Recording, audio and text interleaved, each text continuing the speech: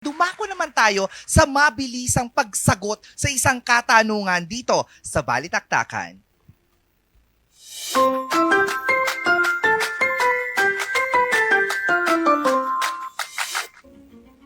Good morning mga ka-MB. Nandito tayo ngayon sa labas upang kunin ang saloobin ng mga residente ukol sa panukalang parusahan ng mga anak na bigong suportahan ng kanilang mga magulang na matanda, may sakit at mahina na. Siguro. Kasi kung pinalaki naman nila ng mabuti ang anak nila, parang kahit tumanda sila, alagaan sila. Hindi naman dapat parusahan. Kasi talagang matalang. Kasi talagang makita mo talagang yung mga anak, mahal naman yung mga magulang, talaga susuportahan nila. Depende. Oo, naging depende. Kasi, parang same din dun sa sinabi ko kanina na hindi naman, pag yung anak, hindi naman pare-parehas din yung level nila or status nila paglaki nila. Hindi naman lahat ng anak is naging successful. What if yung isang anak is hindi naman talaga kayang suportahan yung parents nila and then yung iba kaya naman. So, wag din sana i-generalize na lahat dapat maparusahan kasi hindi pare-parehas ng kakayahan sa buhay. Agree kami doon kasi dapat talaga parusahan kasi tawag na doon. Kailangan dapat talaga tulungan yung magulang, yung mga bata. Hindi porket matanda na yung mga magulang nila. Dapat hindi na nila dapat pababayaan gano'n. So, agree ako doon na dapat parusahan yung mga para naman makasapagsubalit kumbaga yung mga bata sa magulang. Kaya agree ako doon. Para sa akin, yung magulang kasi dapat pag mapunta sila dun sa edad na dapat talaga yung anak ko mag-aalaga sa kanila. Kung magkakaroon siguro ng batas na gano'n, pwede rin.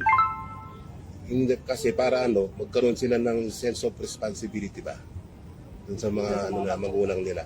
Kaysa naman sa lagi lang dun sa tabi ng kabayaan lang silang magkasakit sa bahay, gano'n. Kung kaya naman ng mga anak, di ba't hindi nalagaan yung mga magulang nila, di ba?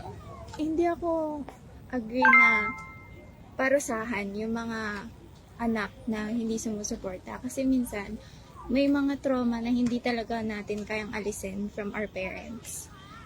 Kaya kahit na support ako na sinusuportahan natin yung mga magulang natin, hindi ako agree na parusahan yung mga anak na piniling hindi suportahan. Kasi wala tayo sa posisyon nila para i-judge sila sa naranasan nila. Kaya ganun. Sangayon ako doon. Dahil hindi na maganda yung ginagawa nila. Magulang nila pagkatapos ganyan ang gagawin nila. No? Hindi pwede yun. Kailangan maparusahan sila. At ayan na nga mga ka-MB, narinig natin ang saloobin ng mga residente dito. Kayo dyan sa studio, anong saloobin nyo sa usaping ito? Oh, 'di ba? Talagang matindi yung pagkakasabi ni tatay. Kaya ang paulit-ulit talaga yun, maparusahan ang mga anak talaga. Well, Kailangan oo. ganun magulang ako tapos papabayaan mo ko. Hindi pwede. Pero ikaw, ano sa tingin mo? Hati-hati kasi talagang opinion. Oo. Pero sa akin talaga, bilang isang anak din at magiging magulang. Wow! Kailan? In the future! Buntis ka? Ay, kakaloka sa mga giging Diyos mio, garapon. Hindi, in the Pasabog. future. Oo. Nag-gender reveal. Hindi, pero para sa akin bilang anak na lang, sa akin kasi sa akin lang hindi na kailangang sabihin kasi nasa nature na ng bawat anak na hindi porket binibigay mo yung gusto nila, pagsukli yun, kundi yun yung way mo Ng ng pagmamahal mo sa kanila. Kasi ganun ako Ever since, hindi ako pinressure ng magulang ko. Thank God at merong ganon na hindi ako pinressure na anak, pag tumanda ako, ikaw ang bahala sa akin, ikaw ang magaganto, magaganyan. Kasi ako, Kusa mo yun. Kusa ko na yun na, alam ko yun kasi anak ako Yes. Yun yung way ng pagmamahal ko sa kanila. Hindi lang para ibalik ko yung ginawa nila sa akin, kundi yun din yung ibabalik ko bilang anak sa kanila. Kasi alam ko rin ang mararamdaman ko rin yun kapag naging magulang na ako someday. Paano yung iyak? Saluhin ng isang finger. I-push, ipupush yan. Ikaw ba, Miss Bea? Agree. Hindi naman lahat ng anak, siguro anak na Pilipino. Oo, kasi tayo mga Pilipino, family-oriented kasi talaga tayo. So, nasa nature na ng bawat Pinoy na alagaan yung kanilang mga magulang, especially kapag matanda na, may sakit na, at mahina na.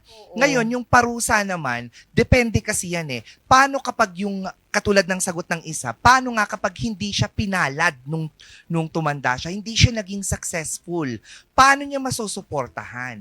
Diba? Paano pag pinarusahan mo, sabihin natin ang parusa, pagkakulong o pagkaroon ng multa. O di imbis na yung pagmumulta, yun na lang yung itulong. Siguro sa akin, i-require. I-require sila na pagdating siguro sa pag meron nang ang hinanakit or meron nang nararamdaman yung mga magulang, mahina na 10% siguro or 5% ang kinikita, mapunta ka agad. So, walang question na meron at meron from your kita ng percentage na mapunta at pantulong sa mga magulang. Totoo yan. Well, meron talagang instances talaga na meron yung, hindi naman talaga sila okay. Well, hindi naman yun, normal naman yun na may mga magulang talaga parang out of 10 merong isa, dalawa na talagang na hindi na wag na tayong magka-plastic nila na-neglect rin talaga ang mga anak. Yes, Dahil din naman talaga sa hirap ng buhay. Meron at meron pa rin naman, pero siguro nasa atin na kasing nature na meron din talagang mga magulang na pinipressure ang anak. Yes. Kailangan, bata pa lang naandyan na tayo, bata pa lang, Exactly. kailangan anak, mag-aral ka ng mabuti, magtrabaho ka para pagtanda natin, mabuhay mo kami, ganyan-ganyan. Dapat ibalik mo kasi pinanganak kita. Parang sa akin ang buhay mo, ganun dapat. Pero dapat wag po natin i-pressure kasi ka? hindi, wala namang galit. Nagagalit sa kapag may gumagawa ng ganyan, Yes, naiinis tama. lang. Pero siguro ang maganda dyan, babaan natin yung cost of living. Oo. Dagdagan ng sahod Sa sahod. ng mga empleyado para makatulong sa mga Makatulong. magulang. Kasi hindi po lahat mayaman. Yung iba Exactly. mukhang mayaman lang. Mukha lang kaming maya. Exactly. Wala, mukha lang, Oo, pero eto, wala.